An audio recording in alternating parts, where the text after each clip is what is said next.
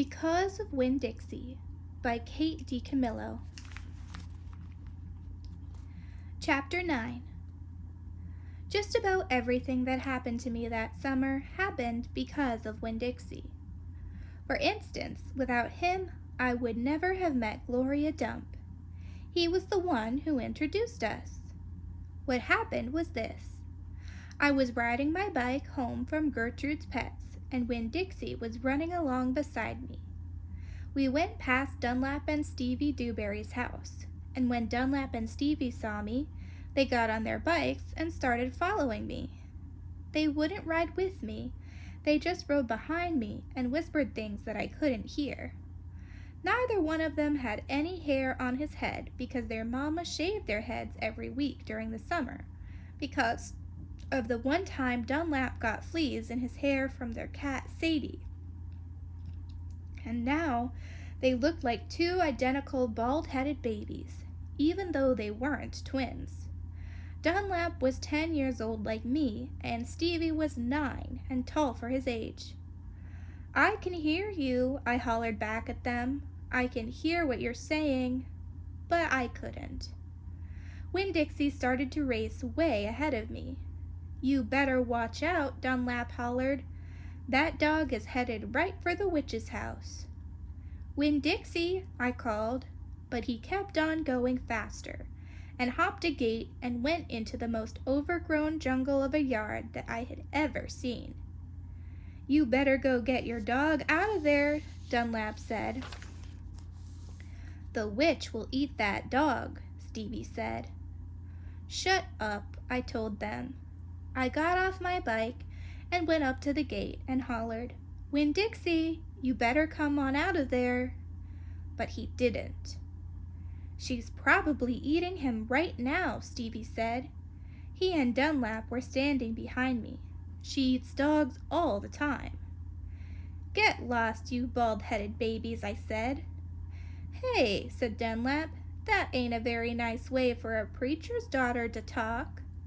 He and Stevie backed up a little. I stood there and thought for a minute. I finally decided that I was more afraid of losing Winn-Dixie than I was of having to deal with a dog-eating witch. So I went through the gate and into the yard. "That witch is going to eat the dog for dinner, and you for dessert," Stevie said.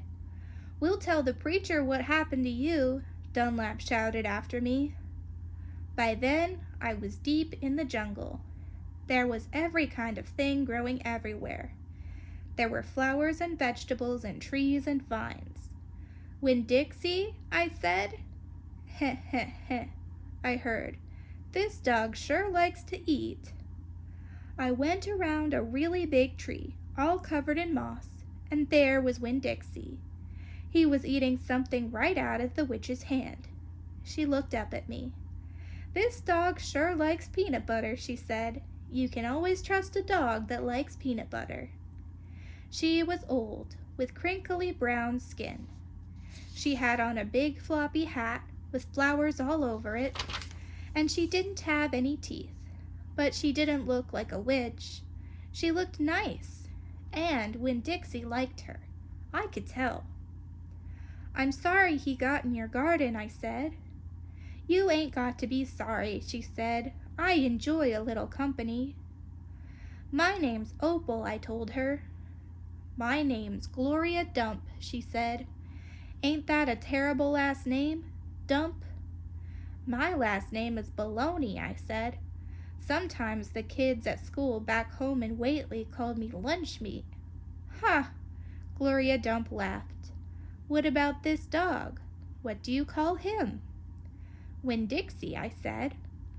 Winn-Dixie thumped his tail on the ground. He tried smiling, but it was hard with his mouth all full of peanut butter. "Winn-Dixie," Gloria Dump said. "You mean like the grocery store?" "Yes, ma'am," I said. "Hoo-wee," she said. "That takes the strange name prize, don't it?" "Yes, ma'am," I said.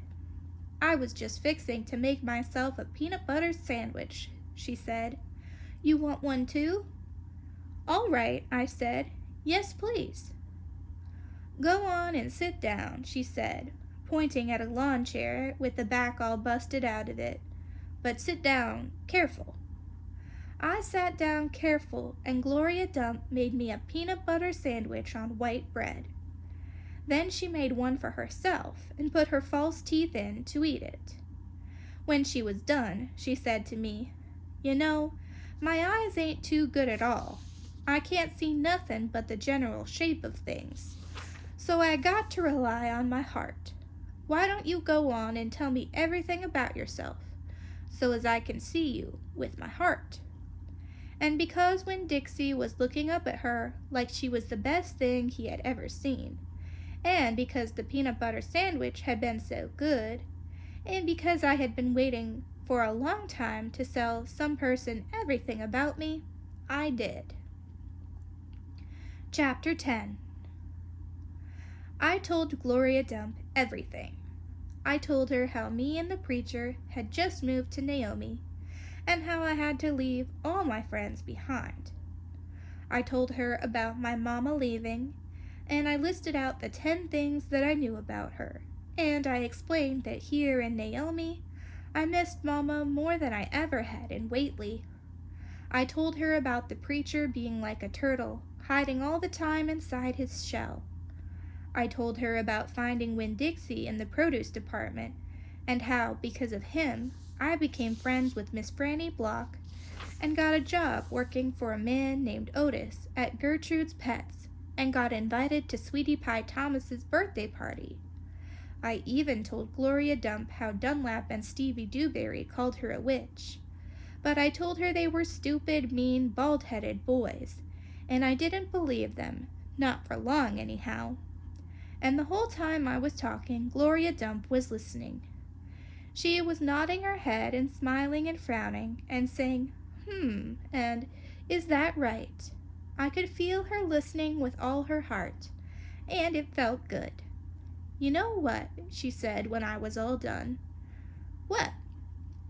"Could be that you got more of your mama in you than just red hair and freckles and running fast." "Really?" I said. "Like what?" "Like maybe you got her green thumb. The two of us could plant something and see how it grows. Test your thumb out." "Okay," I said. What Gloria Dump picked for me to grow was a tree. Or she said it was a tree. To me it looked more like a plant. She had me dig a hole for it and put it in the ground and pat the dirt around it tight, like it was a baby and I was tucking it into bed. "What kind of tree is it?" I asked Gloria Dump. "It's a wait-and-see tree," she said. "What's that mean?" "It means you got to wait for it to grow up before you know what it is." "Can I come back and see it tomorrow?" I asked. "Child," she said, "as long as this is my garden, you're welcome in it. But that tree ain't going to have changed much by tomorrow." "But I want to see you, too," I said. "Humph," said Gloria Dump. "I ain't going nowhere. I'll be right here." I woke Winn-Dixie up then. He had peanut butter in his whiskers, and he kept yawning and stretching. He licked Gloria Dump's hand before we left, and I thanked her. That night, when the preacher was tucking me into bed, I told him how I got a job at Gertrude's Pets, and I told him all about making friends with Miss Franny Block and getting invited to Sweetie Pie's party, and I told him about meeting Gloria Dump. Winn-Dixie lay on the floor, waiting for the preacher to leave so he could hop up on the bed like he always did.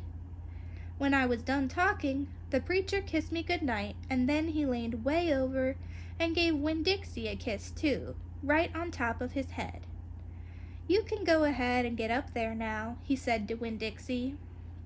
Winn-Dixie looked at the preacher. He didn't smile at him, but he opened his mouth wide like he was laughing, like the preacher had just told him the funniest joke in the world. And this is what amazed me the most. The preacher laughed back. Winn-Dixie hopped up on the bed, and the preacher got up and turned out the light. I leaned over and kissed Winn-Dixie too, right on the nose, but he didn't notice. He was already asleep and snoring.